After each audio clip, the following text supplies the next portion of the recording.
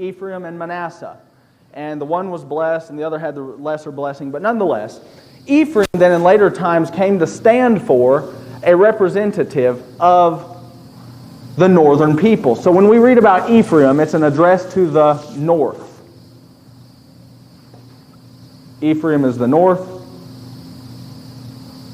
And then the south is Judah. And sometimes we see Jacob used as a euphemism for the south. When it says in 28:1, "Woe to the crown of pride, to the drunkards of Ephraim," we can go one of two ways with this. We can say the crown of pride is possibly the city walls. And when he addresses the crown of pride, he's addressing these walls that situate themselves around the city. Or the second option could be we say it refers to the king of the north. It seems to me that is correct, that he's actually addressing the king of the north. And he says, "To the drunkards of Ephraim, whose glorious beauty is a fading flower, which are on the head of the fat valleys of them that are overcome with wine." He's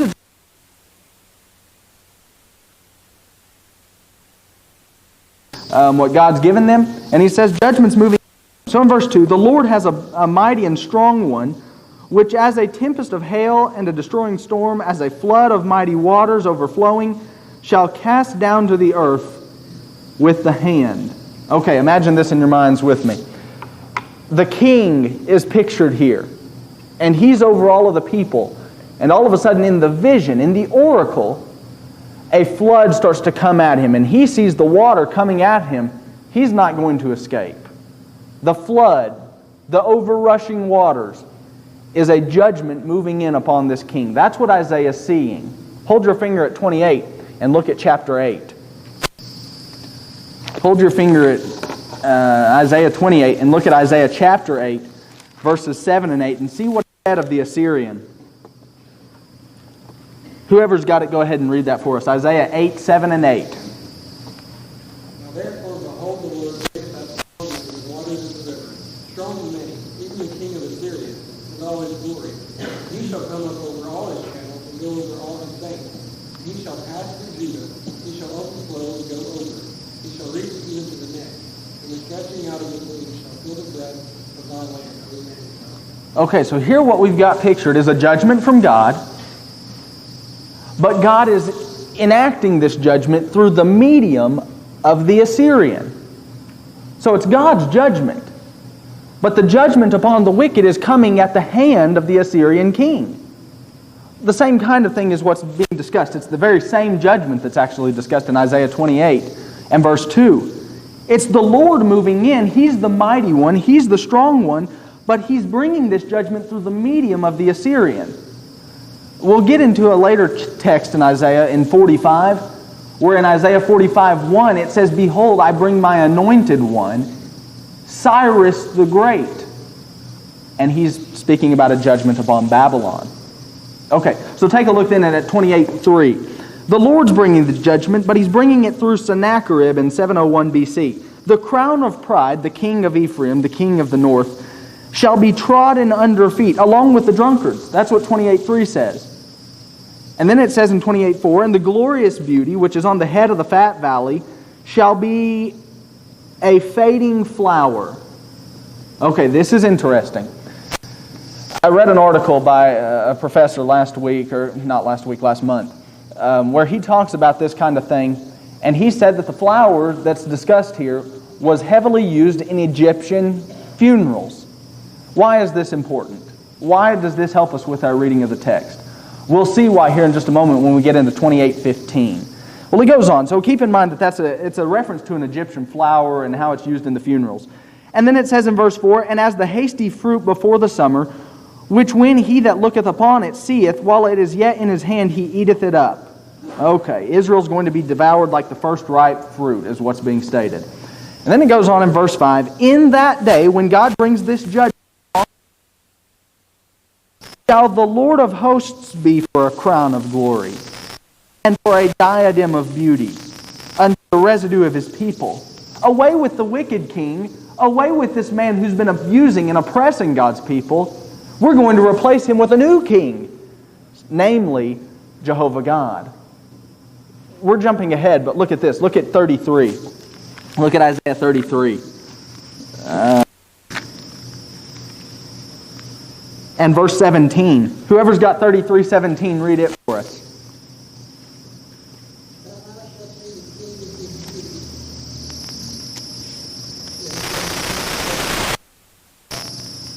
We'll get to that text and we'll work with it in its context. But he says, your eyes, you're going to see the king in his beauty.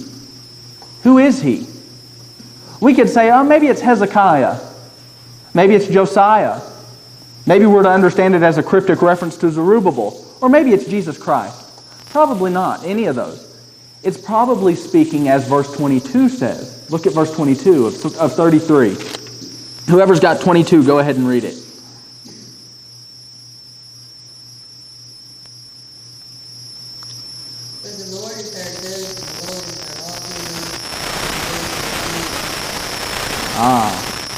No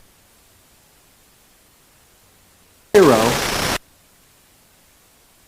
as the Messiah. We found our King, we found our Redeemer. It's Jehovah God. Speaking about when God, their King, is going to... Back to 28 then. When 28:5 says, in that day, and they're not speaking of a specific day on a calendar. They're not speaking of Tuesday of the year 701 BC. Nothing like that. It's whatever day, whenever it is, wherever it is, when God redeems His people. It's when God redeems the righteous that the Lord of hosts will be the crown. He's going to be the king.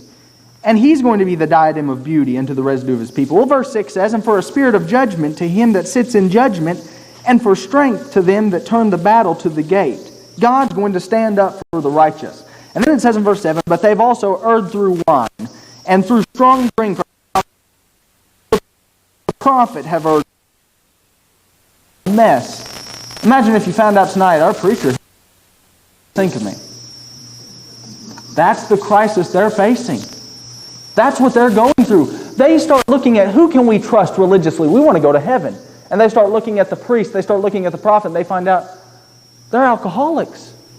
They don't trust God any more than we do. Somebody get Hosea 4, verse 9 for us. Hosea 4. Hosea is one of the contemporaries of Isaiah. Look at this. Look at Hosea 4 and verse 9. Whoever's got it, go ahead.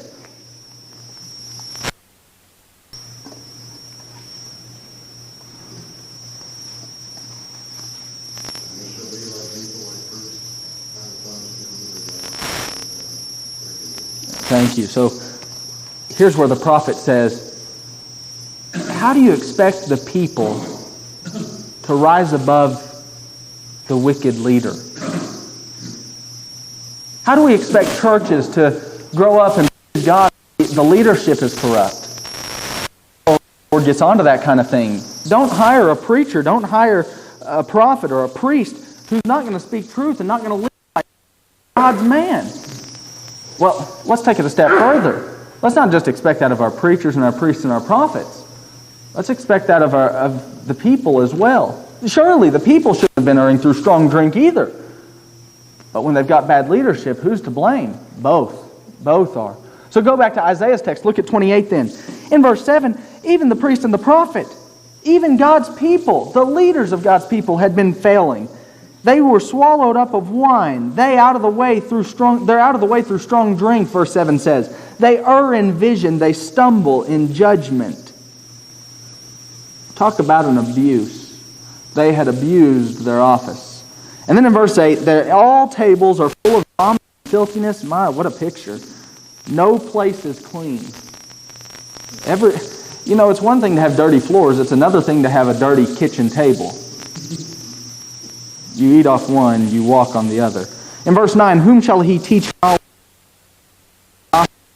Them that are weaned from the milk and drawn from the breasts. He's talking about children, babies.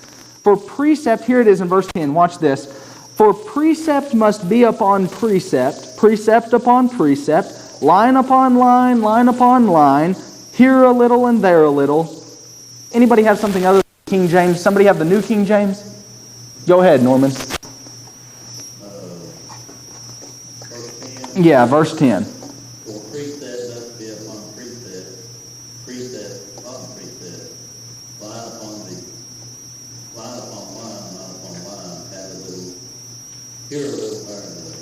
Well, that read just like the King James. That wasn't very beneficial, was it? Anybody have something else, something that reads differently?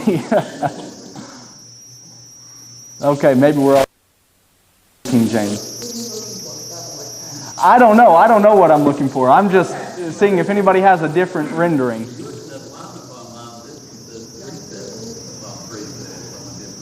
Okay, yeah. Mine also said precept upon precept and then line. Yeah. Okay, so anyway, let me give you a paraphrase, a modern paraphrase, just so we'll avoid the difficulty. Imagine for a moment somebody coming and having to teach the adults. We're going to have a teacher in the adult class tonight, and the adult class says, okay, everybody listen up. We're going to learn. Follow after me. You get your whiteboards out and repeat what I repeat. A, B, C, and start teaching y'all the ABCs. Isaiah is here saying he's having to teach the nation again as though they're infants. He's having to teach them their ABCs again. Well, watch this, verse 11. With stammering lips and another tongue. Talking about coming in, an invasion moving in, and they're going to have to see the Assyrian tongue, the Assyrian language, Sennacherib. And then it says in verse 12, He, whomever he may be, said, This is the rest wherewith ye may cause the weary to rest, and this is the refreshing, yet they would not hear. And then in verse 13, but the word of the Lord was them. And here's where Isaiah stabs at them back. Are you mocking Isaiah's message as though it's the ABCs? They're chiding Isaiah in verse 10 with teaching the ABCs. But Isaiah turns it around and says in verse 13, but actually the word of the Lord was unto you, precept upon precept, line upon line, here a little, there a little. He says, you're mocking my message, but the truth of it is, you're like children when it comes to spiritual thinking. Oh my. And then the nation finally gets what Isaiah's saying. He's accusing us of not having a clue religiously. Wow. That's why judgment's moving in upon Israel. They've forgotten God. What did Hosea say in 4:6? Somebody know that passage for us? My people are destroyed for lack of knowledge. And he's really getting on them saying, the reason you're destroyed is because you don't know God. You don't know who He is. You don't know about Him. You had a comment or question? I'm just saying, I did not find any differences. Next time, to Hebrew. Okay. All right. Anyway, that's the idea there. I think he's being accused. And then Isaiah turns it around and says, well, there's a reason for that. Your understanding of God is elementary, if even that. They don't know who God is. So in 14, we start a new section. Wherefore, hear the word of the Lord, you scornful men, that rule, say my people, this people.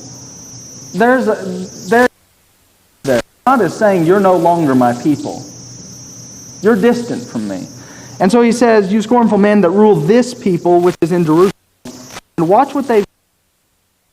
We have made a covenant with death. Okay, we can go a couple of different ways with this. And it says, and with hell are we at agreement. The idea, the picture here, is one where God's people, if we can imagine being just one person, let's give it a face and let's give it a name. This is God's people, Israel. God says, you came and you formed a link. You formed a covenant. You made an agreement. Well, who did they make this agreement with? Somebody. Pact. But this is not necessarily a person. It wears a title, death and Sheol or hell.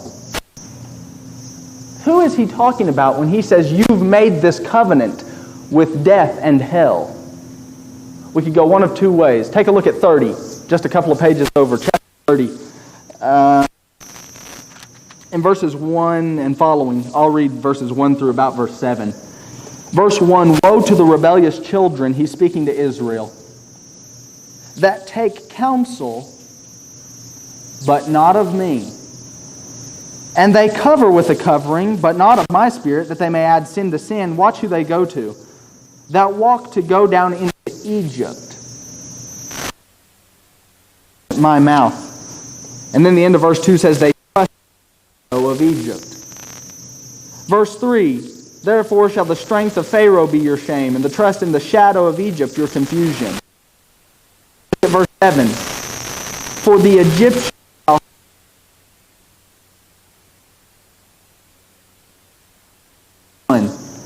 31 verse 1 says, woe to them that go down to Egypt for help. And they trust in their horses, and they trust in their chariots. And in verse 3, now the Egyptians, they're only men.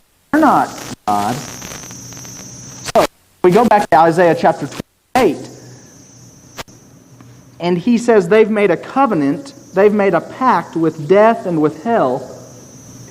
It's very possible that he's speaking, possibility one then, is he's speaking of Egypt. A second possibility is that when he says you've made a covenant with death or with hell, he's speaking of Assyria. So, I'm not going to read these passages. We've looked at them already and we've established some of these arguments before. But in 9:2, he said that the people living in the Assyrian shadow, they lived in the shadow of death. Isaiah 9 and verse 2. Or we saw last week in 25:8, where they make the statement, death, you will be swallowed up in victory. A passage that Paul later makes use of in 1 Corinthians 15. It speaks there of Assyria. So we could say it's either Egypt or we could say it's Assyria.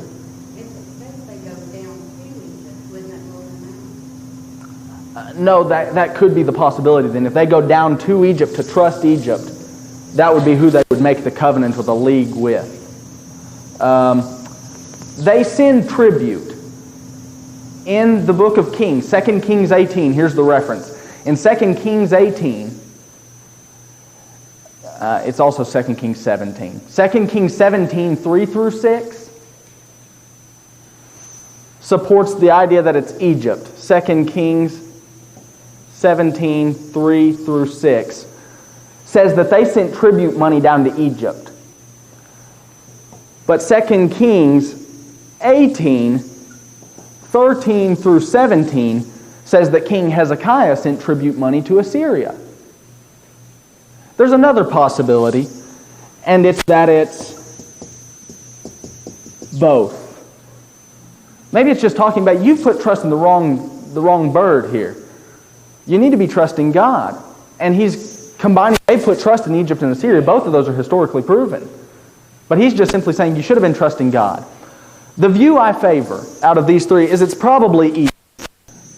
It's true that they trust in Assyria and that they send tribute money off that way, but the context, it seems to me, favors the idea that he's speaking about death and Sheol, specifically in the Egyptian people.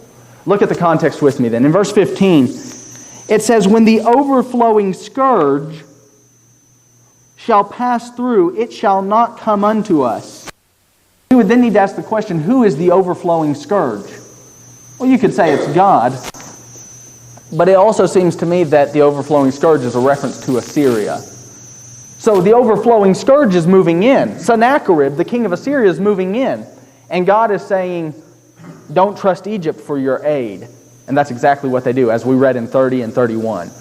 Yes, Luke. Wasn't, I might be wrong about this, but wasn't the word death there in the original text an Egyptian word? Seems to me it is. Seems to me it is. You've got a couple of different words in the original text. The first one being the word death.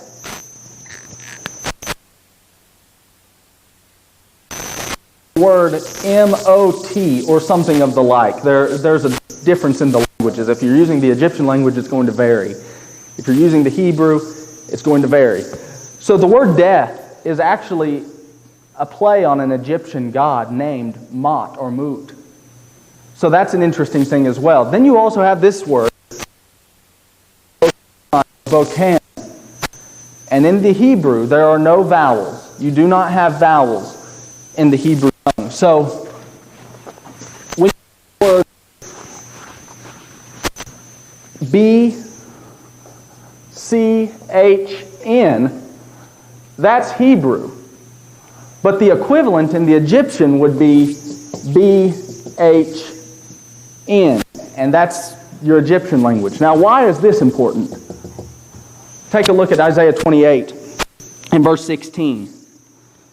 He says, "Behold, I lay in Zion for a foundation, a stone, here's your word, bokan or bokan. In 28:16, the word tried. It's a tried stone. That word the word literally has a reference to a specific kind of rock, a specific kind of stone.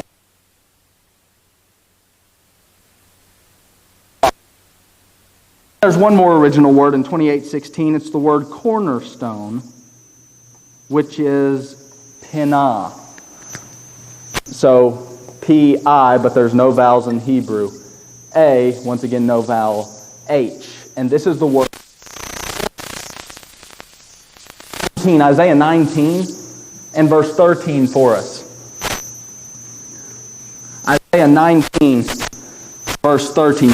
Got it, go ahead.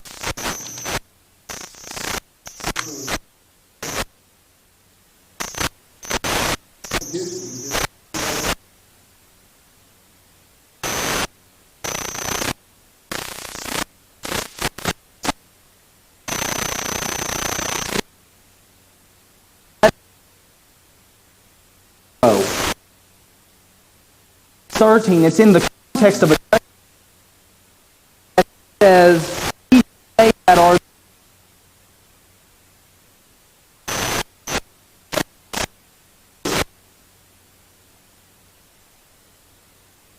we get to 28:16 and he speaks about a cornerstone.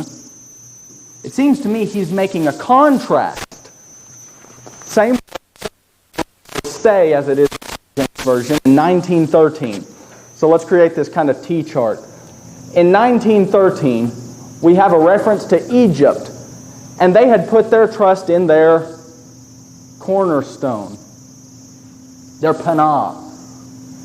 We come to this text then in 28:16, where God now speaks not about Egypt. Don't trust in Egypt, trust in God. He makes a direct dig at the Egyptians and says God has his own cornerstone. You get the idea. And so he's saying this cornerstone is not trustworthy, but the one that God has is. Stop making an agreement with death and Sheol and start putting your trust in God. That's what he's getting at in 28:16.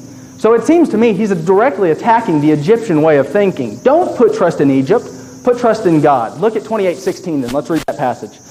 "Therefore thus saith God, Behold, I lay in Zion, I put in Jerusalem, for a foundation, a stone, a tried stone, as opposed to the Egyptian one, a precious cornerstone, as opposed to the Egyptian one, a sure foundation, the believer will not make haste."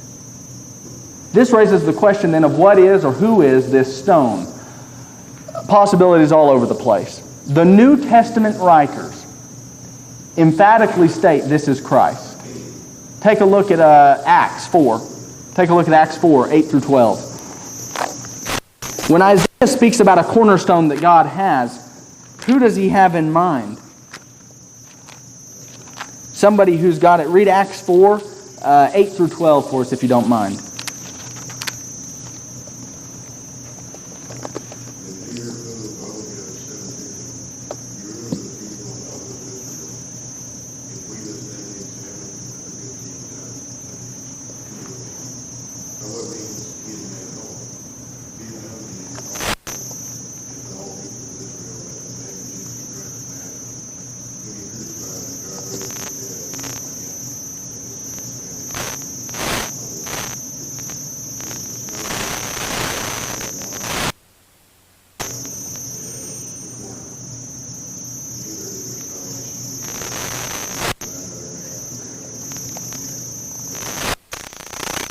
Okay, so verse 11 is an explicit of Isaiah 28:16. Peter, preaching one of those first sermons after the risen Lord, after he's come up out of the tomb, Peter, preaching one of those first sermons, then says, remember that stone that God set forth back in his day? It's resurfaced. You've got other passages that do the same thing. Romans 9, 1 Peter 2. Other passages in the New Testament, the writers say, this stone is Christ. But how does that then fit in with the context of Isaiah 28? Let's jump back there. In Isaiah 28 and verse 16, when he's speaking about the stone, the precious cornerstone, the one in whom the believer will not make haste, what does he have in mind? This is where we've got to be familiar with. Somebody get one. And hopefully we'll make this piece together, and hopefully we'll make it make sense. Whoever's got Isaiah 1 and 9, go ahead.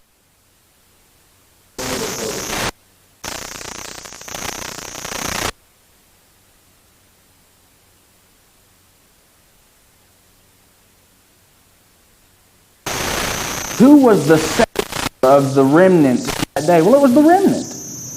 If there hadn't been a remnant, Israel would have become extinct. Continued to sustain the existence of the nation.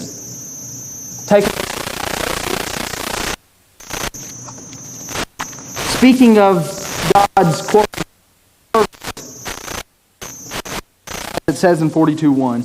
42:6 says,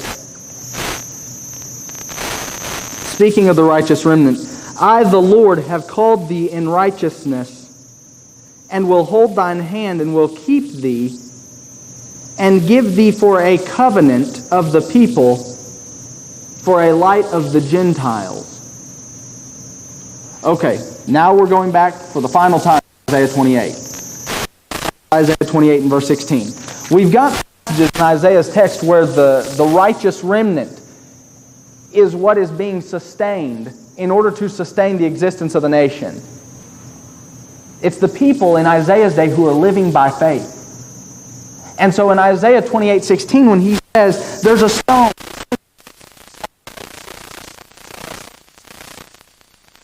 it's the believer. That's what the text says. The believer is the one that's in view. It's the righteous remnant, it seems to me. Now, does that mean that the New Testament writers are wrong when they say it's Christ? Absolutely not. Absolutely not. Here's a point that I think we need to go ahead and grasp, and it's this. The righteous remnant is Christ. Let that sink in for just a moment. When the Old Testament, the people of Israel, the righteous remnant, that's true. It's speaking of all of the people. From out of that group that the Messiah comes forth. It's out of that he comes forth. And so it's not wrong to speak of the righteous remnant as embodied in Christ, or to speak of Christ as embodied in the righteous remnant. They're one and the same. Christ is their representative. He's their sole representative who comes out and stands up for the nation. Passages like this all over in the Old Testament. We could list them off one by one and go through some of these arguments. But the point is this. In Isaiah's day, in the 7th century or 8th century, when Assyria moves in, who is the believer that will not make haste? And who is the stone that God has set forth to be a sustainer or a redeemer of the nation? It's the righteous remnant. Who comes out of that righteous remnant? 700 years later, here comes the Messiah, the sole Davidic heir who stands up for the people and offers salvation once more, as God had extended in Isaiah's day, to the nation again. Any questions, any comments? Yeah, Mary. That's like saying that Christ paid tithes to Melchizedek through Abraham, yeah. Yes, very similar, very similar. Yeah, that's it. And the reference there is Hebrews 7, where Levi pays his tithes to Melchizedek through Abraham. Complex, quirky thing, but in Isaiah's day, it's talking about the remnant. Years later, it's going to send forth the Christ who comes out of that. And that's why the New Testament writers see this, and they say, in the same way that Isaiah saw this, We see it now in our own day, and it speaks of Christ. Okay, take a look at 17 then. Judgment also, and the hail shall sweep away waters, probably speaking about the Assyrian, shall overflow the hiding place. The Assyrians are moving in. Judgment's going to come upon all. Nobody's going to escape, is basically what's being stated. And then in verse 18, your covenant with death will then be destroyed. Hell will not stand. The overflowing scourge will pass through, speaking of Assyria, and then you'll be trodden down by it. Okay, then verse 19, from the time that it goes forth, it shall take you, for morning by morning shall it pass over. By day and by night it shall be a vexation only to understand the report. And then it says in verse 20, for that a man can stretch himself on it, and the covering narrower than that he can wrap himself in it. Basically, he's speaking of the judgment. He says it's like having a bed that's too short, or having a cover that's just not enough. And then it says in 21, the Lord will rise up as in... There's some historical background there. The references are in Joshua and 2 Samuel. But he's speaking of an event where God has come in judgment before, at Mount Perazim. And it says that he will be wroth as in the valley of Gibeon, that he may do what is called a strange work. And the reason that the work is strange is because here's God using Assyria, a more nation than Israel, to Israel who's not as wicked as Assyria is. Well, boy, isn't that awesome? People, he cares about them. He's teaching them a lesson. The same way that a father or a mother parents a child maybe a little more strictly or harshly. We'll pick next week and maybe pick up some of those historical references. Any questions or comments before we close?